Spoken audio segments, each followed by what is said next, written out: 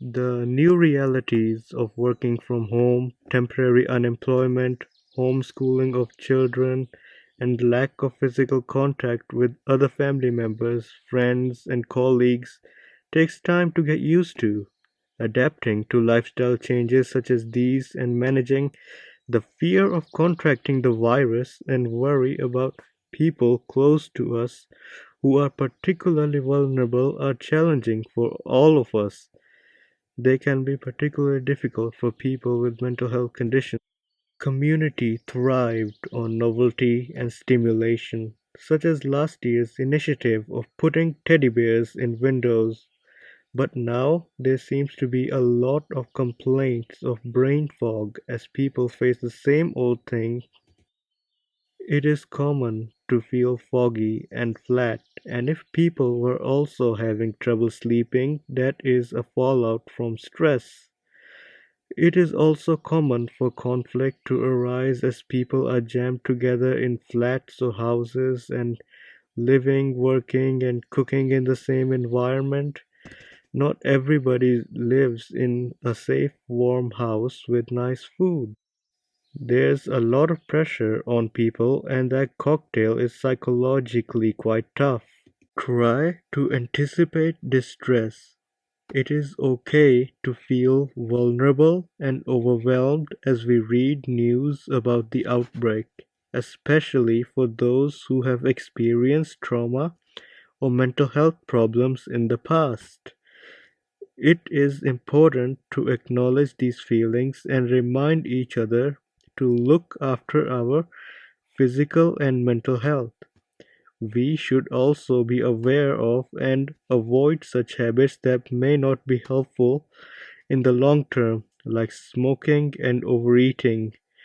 Try to reassure people you know who may be worried and check in with people who you know are living alone.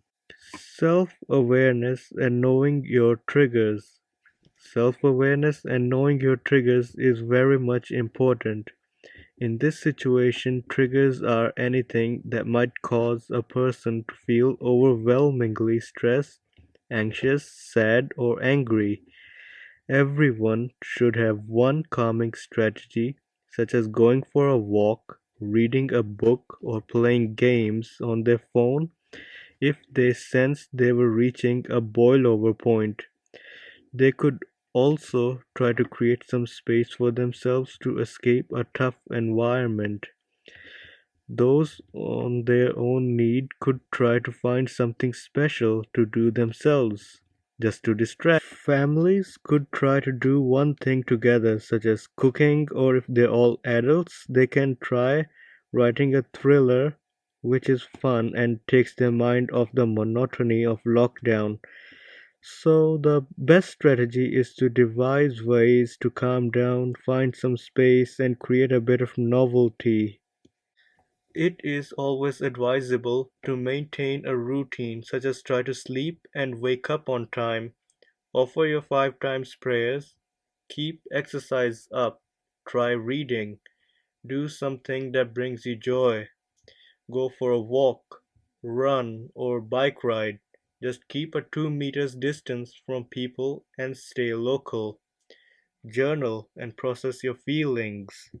Stay connected. Make a phone call, write a letter, video chat. Make a personal financial plan. If the pandemic has stretched your expenses, reduced your income, or left you unsure about your job prospects, this uncertainty can take a toll on your psychological well-being. So plan your finances and make sure you're getting any benefits you are entitled to and getting help with any debt concerns you may have. Turn to faith and focus on that for hope.